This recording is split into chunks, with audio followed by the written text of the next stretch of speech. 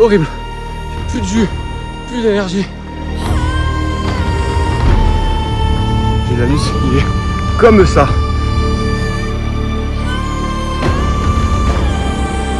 Sensation.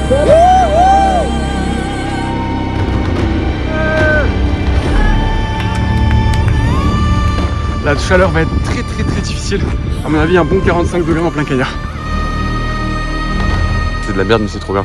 C'est vraiment une épreuve de dingue. On n'a jamais fait un truc aussi en taille. Donc, continue. Je vais continuer.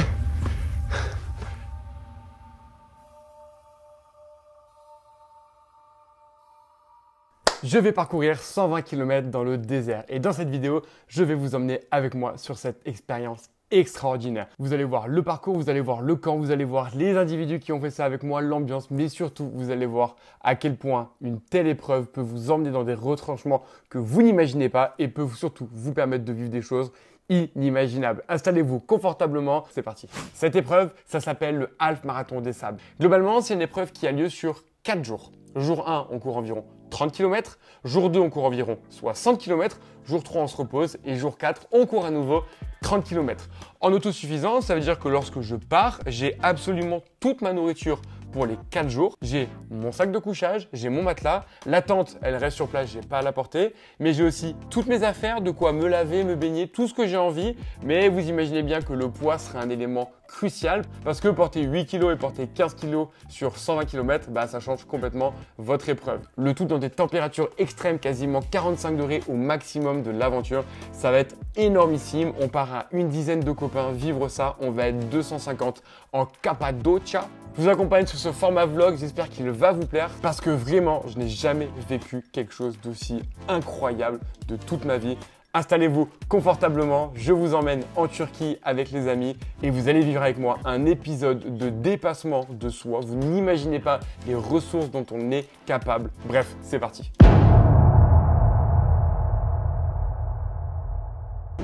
Et c'est parti.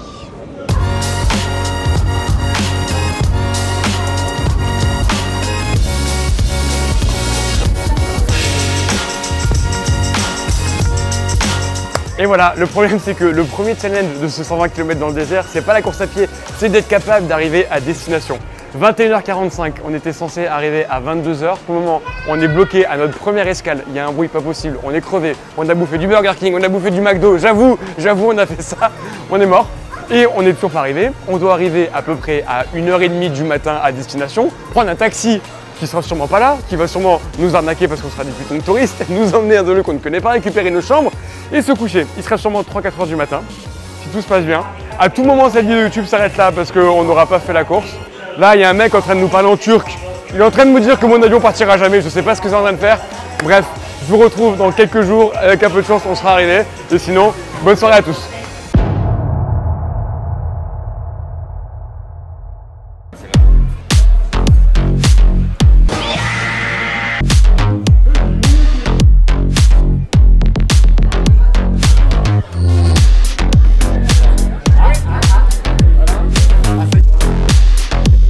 C'est la balise de localisation de la GPS. Si tu vois qu'il y a quelqu'un autour de toi, si toi je te sens pas bien, il suffit juste d'appuyer ici et il y a une équipe médicale qui revient sur toi directement. Et après, hop, on va la fixer dessus. Justement, que les capteurs ils soient bien orientés vers le ciel et qu'on les capteurs sur le quoi. Étape numéro 1 passée, il faut vérifier qu'on ait bien tout le matériel obligatoire. Donc là, on est bon et maintenant, on récupère les deux ça. Ils sont là les champions. On courant, de la claquage. T'imagines? Ah, il est beau du ciel.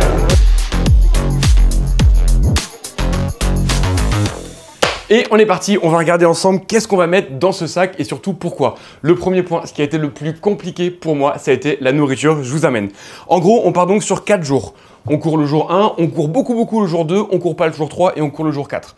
Donc premier jour, on fait 30 km, donc pendant la course, je ne vais pas manger spécialement. Donc j'ai prévu ça à manger le midi quand on va arriver parce qu'on va partir assez tôt. Ça le soir et ça en dessert parce que je suis un gourmand. Vous voyez, ce qu'on a fait, c'est qu'on a pris les plats et on les a mis dans des petits sachets. Globalement, moi, je me suis pas embêté, j'ai tout pris chez Decathlon.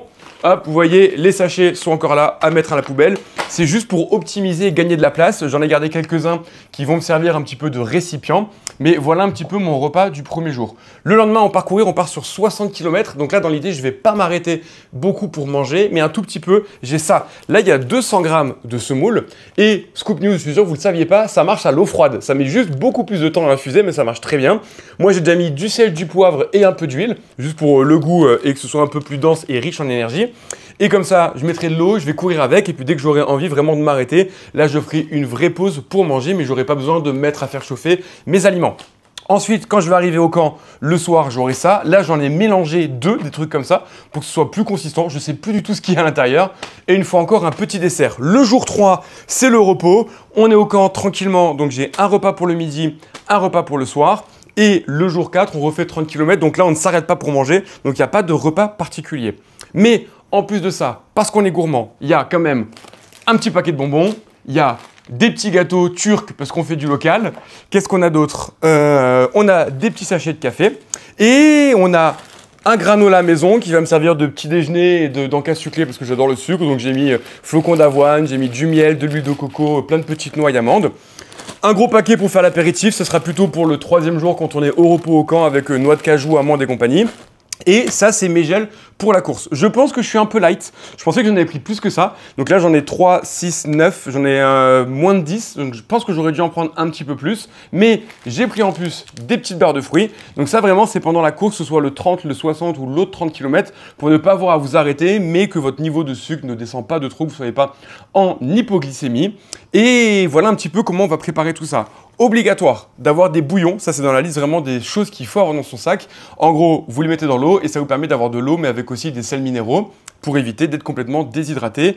Et j'ai aussi des petits sachets qui me permettront, donc ça c'est des électrolytes, de mettre dans mes bouteilles pour éviter ce qu'on appelle l'hyponatrémie. Qu'est-ce que c'est? C'est que lorsque vous courez beaucoup, encore plus en plein soleil comme nous en Turquie, vous perdez de l'eau, mais vous perdez aussi des sels minéraux. Quand vous allez boire dans vos gourdes, que je vous montre après, vous allez remettre de l'eau, mais si vous ne remettez pas des sels minéraux, pour faire simple, je ne vais pas vous faire un cours là-dessus, mais vous allez manquer de sels minéraux et les conséquences pour votre santé peuvent être dramatiques. On a des petits trucs c'est des brûleurs qu'on va utiliser pour faire chauffer l'eau qu'on va mettre dans les différents plats, un petit briquet que je n'avais pas testé, qui marche, obligatoire. Ça, c'est pour faire chauffer mon eau, une casserole, une cuillère fourchette qu'on va utiliser directement. Et voilà un petit peu pour toute la partie nutrition. Avec ça, en théorie, j'ai un peu peur d'être bas, mais comme je vous l'ai déjà dit dans cette vidéo, mon but, c'est pas de faire premier du half-marathon des sables. Donc, au pire des cas, je serai moins performant que ce que je pourrais l'être, mais ça marchera très bien. Pour le reste, qu'est-ce qu'on a exactement dans ce sac? Alors, il faut savoir qu'il y a des choses qui sont obligatoires et d'autres qui ne le sont pas. On a ici un tapis de sol. Ce qu'il faut savoir, c'est que c'est pas obligatoire, mais vu que là où on va dormir, c'est pas très confortable, c'est fortement conseillé pour avoir une nuit de qualité. Et en fait, tout ce sac n'est qu'une balance de à quel point je prends des choses pour mon confort et donc je dors mieux et je récupère mieux, c'est quand même 4 jours. VS, j'en prends le moins possible pour avoir un sac le plus léger possible, ne pas trop me travailler d'affaires et aussi moins me fatiguer. Donc c'est un peu chacun. Ça, un petit sac de couchage relativement léger parce qu'on est quand même, on prévoit du 15 degrés minimum, donc c'est pas hyper grave. Un chargeur externe pour le téléphone et vous faire des vidéos. Des crèmes, et merci à SVR qui nous ont filé ça parce que clairement on va brûler, on est sur des indices à plus de 11 ou autres en UV.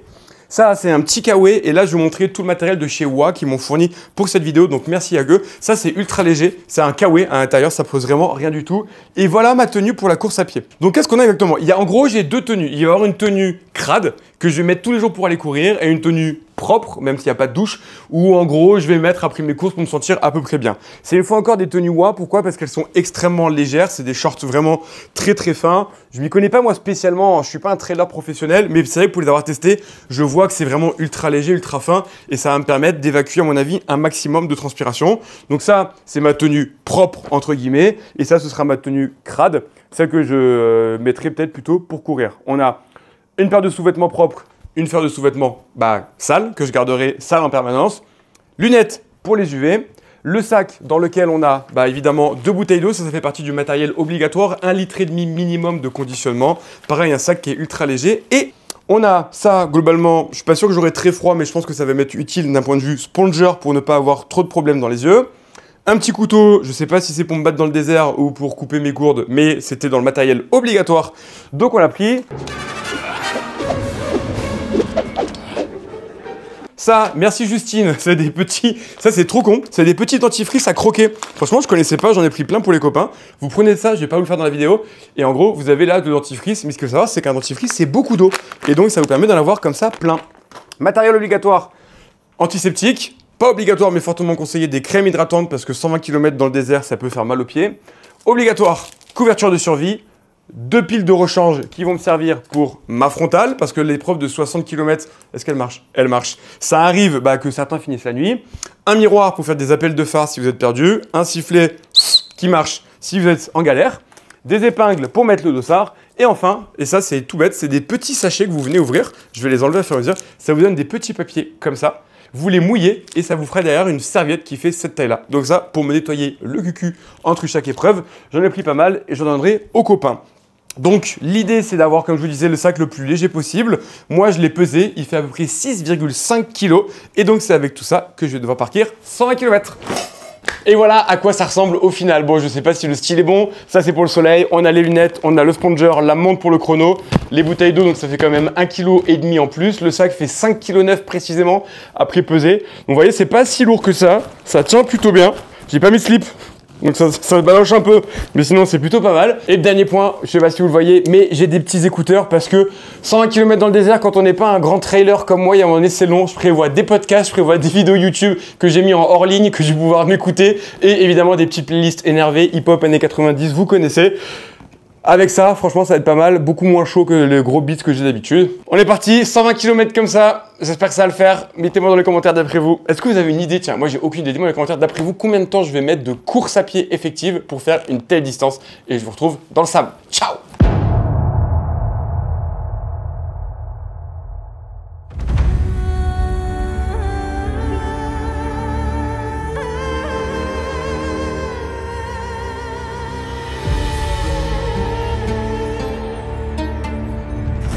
On a déjà battu un record et on n'en est pas peu fiers. Et vous allez pouvoir vous applaudir ou les applaudir parce que nous sommes à 60% de participation féminine. Merci mesdames. Bon, on a 1 minute du départ. Vos sensations?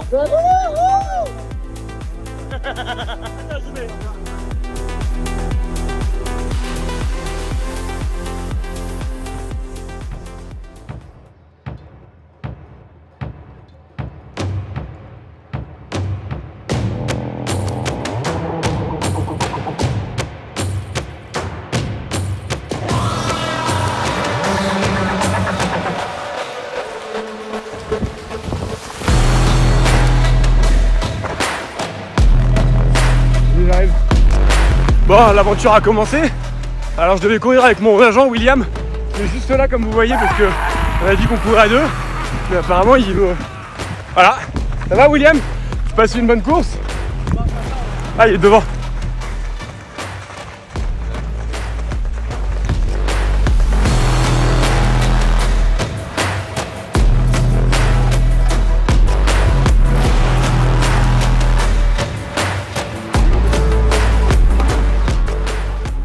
Qui a foutu un énorme god en plein milieu de cette nature. C'est même fou cette histoire, ils en ont mis 2. Et bravo à William et Emery. Ouais.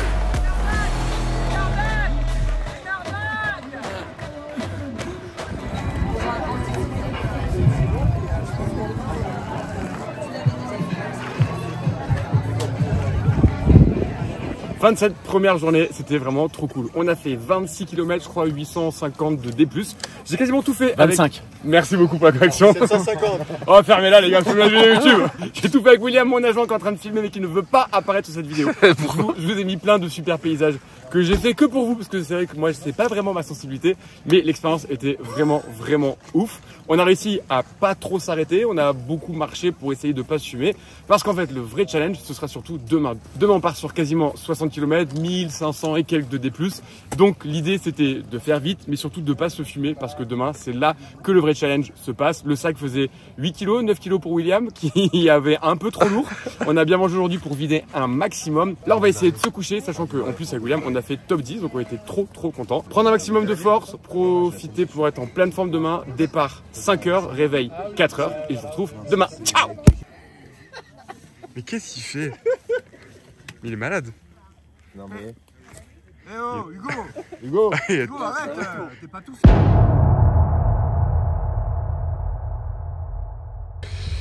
il est 4h15, la nuit a été horrible, il faisait moite, il faisait cracrouille, c'était catastrophique.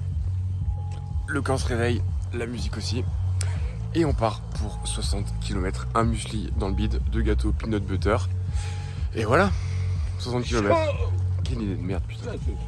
Quelle idée de merde.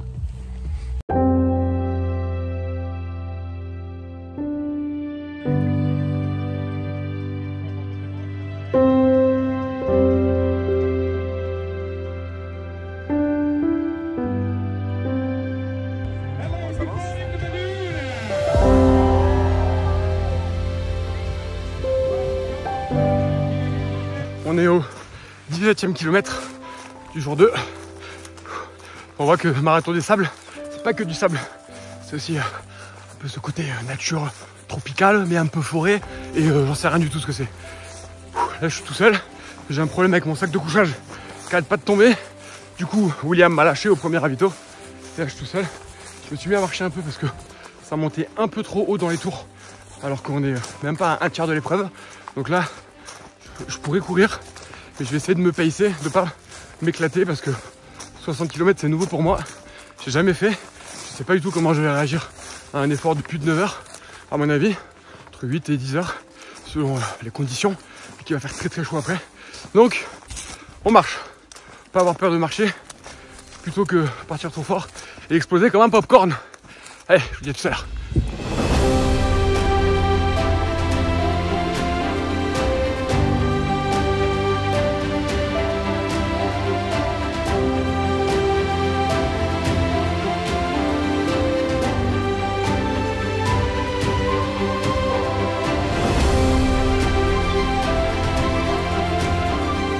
Bon, ravito numéro 3 passé. On est à 31,5 km. Donc, j'ai fait officiellement plus de la moitié. C'est dur. J'ai vraiment les jambes éclatées. J'ai du mal à voir comment on va pouvoir faire la suite. Mais c'est là où je pense que le mental est quand même à faire le taf. J'avais de la semoule, j'ai mis de l'eau dedans, froide. Je vais laisser infuser et je vais manger sur la route parce que je pense que je vais être un peu trop court avec mes barres et mes gels, etc. Ah, j'ai mangé un moustique. Protéines. Et toujours tout seul, en vrai ça me va bien. C'est une autre façon de faire ce genre d'épreuve. Et donc, stratégie physique, dès que ça monte, même si c'est très léger, je marche. J'en ai marre de courir. J'ai regardé au final, si je veux faire l'épreuve en 9 heures, ce qui était un peu la limite que je voulais ne pas dépasser, en marchant bien vite avec un bon rythme, j'arrive à marcher à 8,45, ce qui est nickel. Et après, dès que c'est plat ou surtout descendant, là je bombarde. On va voir si ça tient. Mais là je me vois pas courir dès que ça monte un tout petit peu. Là vous le voyez sûrement pas, mais ça monte très léger. Et en fait je m'épuise beaucoup plus à essayer de courir qu'à marcher. Je préfère marcher tout le temps, ne pas m'arrêter, plutôt que de faire des pauses, une sorte de fractionner. Je cours, c'est difficile, je m'arrête, je marche à 2 à l'heure. Alors c'est efficace pour la suite, mais c'est ce qu'on va voir. 4h20 qu'on est parti, on est parti à 5h30, il est quasiment 10h, 5, 6, 7, 8, 9, ouais, commence à faire chaud, ça va, mais avec une arrivée prévue aux alentours de 14h, la chaleur va être très difficile, à mon avis un bon 45 degrés en plein cagnard. Allez, j'y retourne, mettre un peu de musique. Ready, set, let's go. I'm on the way up, I'm on the way up, I'm on the way up, going all the way up. I'm on the way up, I'm on the way up, I'm on the way up, going all the way up. 42 km et demi, record absolu. J'avais jamais couru, même si là je marche. En tout cas, traverser une aussi grande distance, vu que le max que j'ai fait, c'était un petit marathon. Ah bah tiens, ça sonne. C'est dur. Clairement, j'ai plus du tout de jus. J'ai voulu manger un peu parce que j'ai pas assez de barres. Mais en fait, j'ai mal fou à digérer. Du coup, dès que j'accélère, j'ai le palpitant qui monte. Alors, je sais pas si c'est à cause de ça ou c'est juste parce que je suis complètement cramoisi. Mais bon, tiens, bon, le mental est toujours là. Ça va être dur. Ça va être très dur. Il fait de plus en plus chaud. Ça devient compliqué. Mais ça va le faire, on s'accroche. C'est important. C'est vraiment... en tout cas, c'est important pour moi. Je sens cette bataille entre mon corps qui va arrêter, ma tête qui me dit, mon gars, accroche-toi. T'auras jamais fait un truc aussi dur de ta vie. Donc, continue. Je vais continuer. It's time to get it, it's time to go, it's time to shine, it's my time to blow, so I'ma steal the show, ready, set, go, I'ma blow up like a C4, tick, tick, tick, tick, boom. Et on arrive au dernier ravito. Dernier ravito. Et pour ça, je vais vous faire vivre ça de l'intérieur. Regardez-moi cette équipe de choc. Ça, c'est grâce à vous. C'est grâce à eux que ça existe. C'est grâce à moi. Ta gueule, toi. Ah mon Dieu, j'en peux plus. J'ai plus de jus. Plus dans les chaussettes. Il me reste 5 km. J'arrive plus du tout à courir. Là, c'est vraiment marche rapide jusqu'à la fin. J'attends qu'un truc, c'est de voir ces énormes godes en forme de pierre qui sont à côté du camp pour me dire que je suis enfin arrivé. Parce que là, c'est insoutenable, je me suis trompé de route. Je courais et d'un seul coup, je vois Alexandre Malier dans l'autre sens. Imaginez-vous, vous êtes au bout de votre vie, vous pensez que vous allez bientôt fini et vous voyez un concurrent, en tout cas un collègue, qui fait la même course que vous, qui vous croise dans l'autre sens et qui vous dit « Suis-moi, c'est par là-bas ». N'imaginez pas le doute que j'ai eu. Allez, je suis mort, c'est horrible. J'ai plus de jus, plus d'énergie. Ah.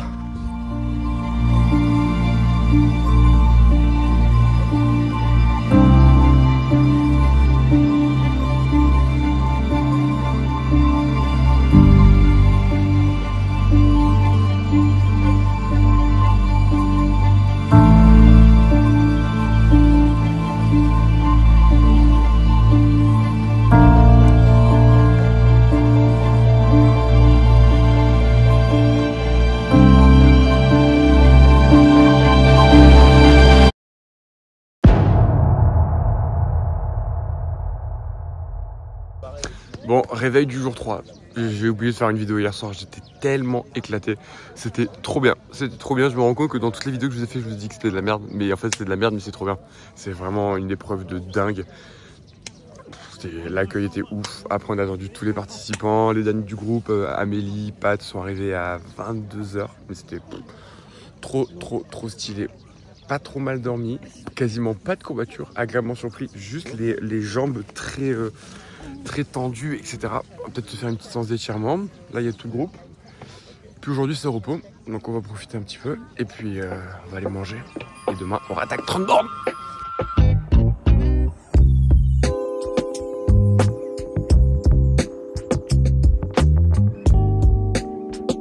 Si vous pouvez pas attraper vos chevilles, vous pouvez attraper vos mollets ou même vos genoux. Ça marche.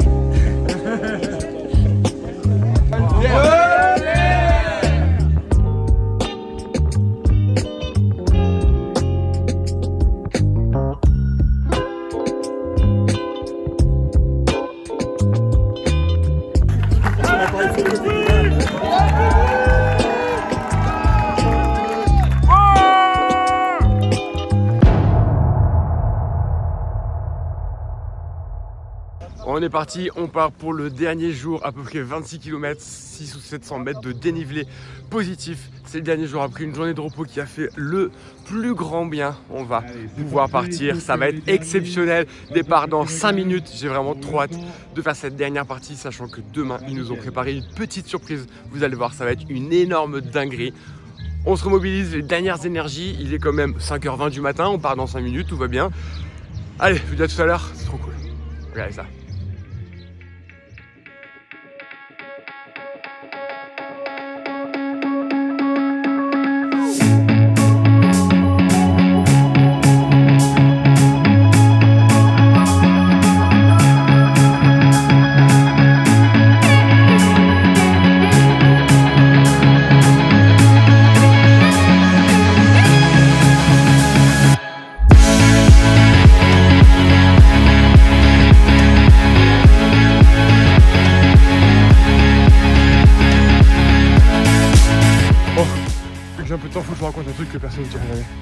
j'ai le cul en champ de fraises.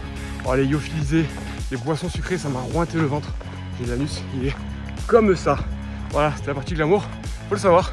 Je pense que si je le refais, il y aura des trucs à optimiser sur la bouffe et la nutrition. Parce que là, je suis pas au top. Et sinon, les paysages sont beaux, hein. C'est pas mon anus.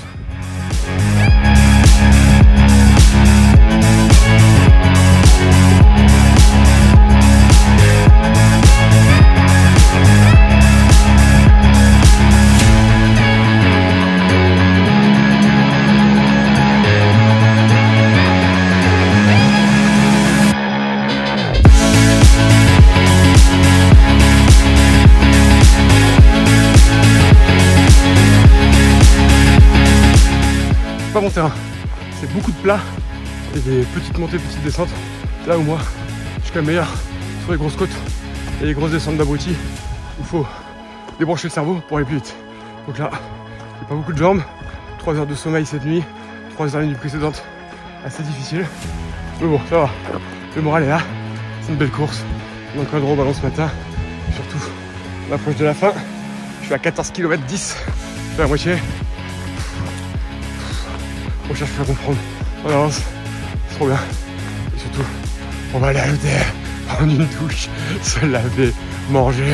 Et en fait, rien que ça, c'est free. Je pense que c'est le dernier plan. Parce qu'après, c'est ciao!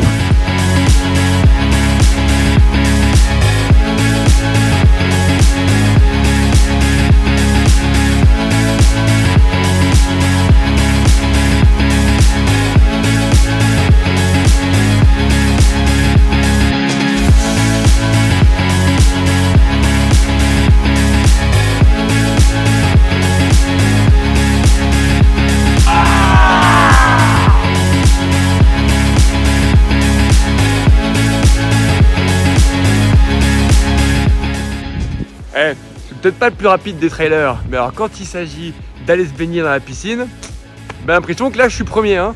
Ah les mecs qui courent vite, vous êtes où? Champion.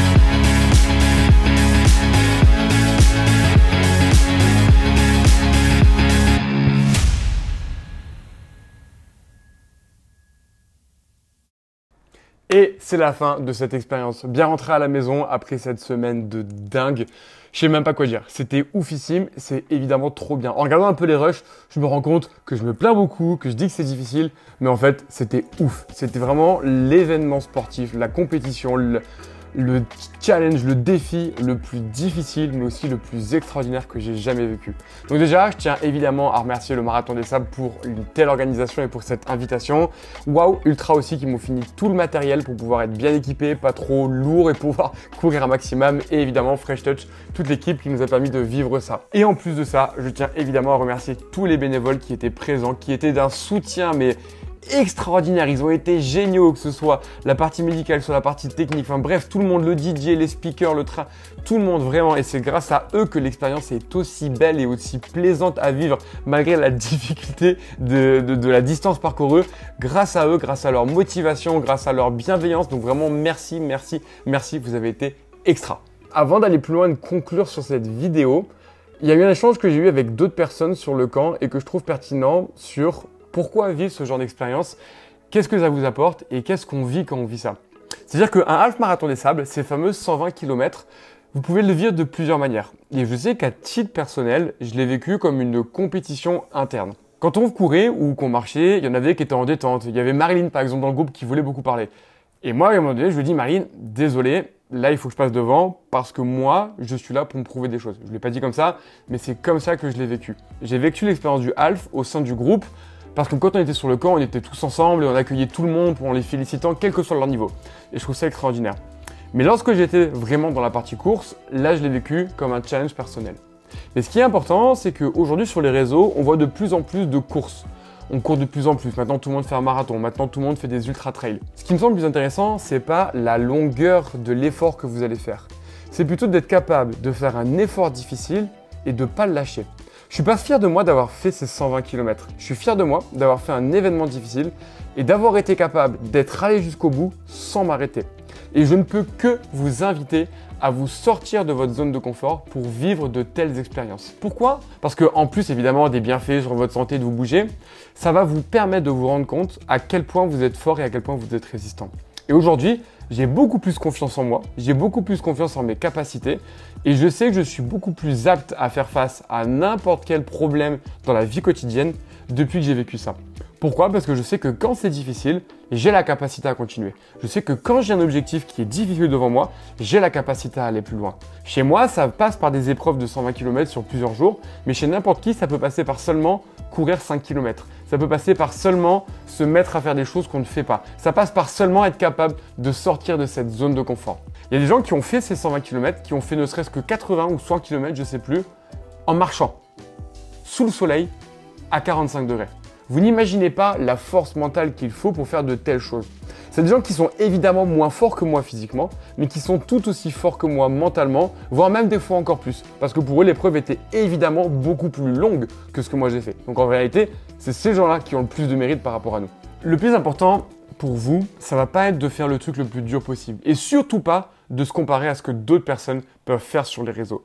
Seulement d'être capable de se dire, tiens, quand dans ma vie, je fais face à quelque chose de difficile, je suis capable de me sortir les doigts, désolé pour ce terme que j'aime pas trop, mais qui pour moi est assez parlant de dire quand vraiment la vie me met des obstacles, je ne baisse pas les bras, je suis capable d'y faire face, je suis capable de les affronter et que ce soit physique, que ce soit professionnel, que ce soit personnel, que ce soit une rupture, que ce soit un décès dans votre famille, que ce soit un problème de dépendance, bref, quels que soient les problèmes, être capable dans des situations difficiles de dépasser ça, de dépasser cette zone de confort dans laquelle on aime bien rester, c'est pertinent parce que dans un monde où tout est de plus en plus facile, on a accès à tout rapidement, on ne supporte plus d'attendre, on est extrêmement impatient, bah en fait de se déconnecter à 100% de nos modes de vie pour aller un petit peu être seul dans la nature, seul face à soi-même, en autosuffisance pendant plusieurs jours, je vous jure que ça met vraiment les idées en place sur qu'est-ce qui est important dans votre vie. Et je trouve que ce half marathon des sables, en plus d'être une épreuve humaine extraordinaire parce que tout le monde est bienveillant, c'est aussi une épreuve de dépassement de soi et une bataille interne extrêmement importante qui pour moi est à vivre au moins une fois dans sa vie. J'espère que cette petite vidéo topo vous a plu. Si c'est le cas, évidemment, pensez à la liker. Si vous avez des questions sur tout ça, vous me le mettez dans les commentaires. Dites-moi si vous aimez ce genre de format et partagez-le à une personne qui pourra peut-être vous accompagner sur une telle épreuve un jour parce que vraiment, je ne peux que vous souhaiter de vivre des aussi belles choses dans votre vie. Je vous laisse sur ces belles paroles. Je vous dis à la prochaine. Prochaine challenge sportif, marathon dans un mois avec un gros préparatif. Ce sera énorme. Si cette vidéo vous a plu, je vous laisse avec deux autres. Celle-ci justement où je vous parle de mon ancienne prépa du marathon et celle-ci juste là où je vous parle de la compétition Irox que j'avais fait au mois de novembre à Bordeaux, du challenge sportif, du dépassement de soi. Ciao!